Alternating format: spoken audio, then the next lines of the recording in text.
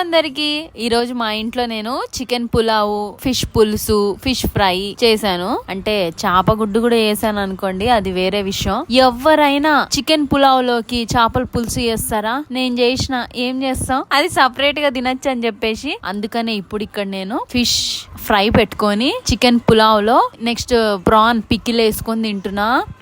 బా super taste. Different combinations అన్ని నేనే ట్రై చేస్తా. నాన్ వెజ్ అయితే చాలు, ఏ కాంబినేషన్ అయినా అది ఎట్లున్నా అది ఏమైనా బాగా తింటా. అదే వెజ్ అయితే ఎంత బ్రహ్మాండంగా వండినా కూడా ముద్ద లోపలికి పోయేదానికి అసలు ఎంత బాధనో అనిపిస్తుంది నాకు. కానీ కొద్దిగా మారుతున్నా, మెల్లిగా వెజ్ తినేదానికి ఇచ్చేస్తున్నా, ట్రై చేస్తున్నా, తింటున్నా కూడా అనుకోండి. అదేందో చిన్నప్పటి నుంచి నాన్ వెజ్ అంటే భలే ఇష్టం. పెళ్ళైనాక అన్ని మారిపోతాయి అనుకున్నా, కానీ బంగారం లాంటి హస్బెండ్ దొరికాడు.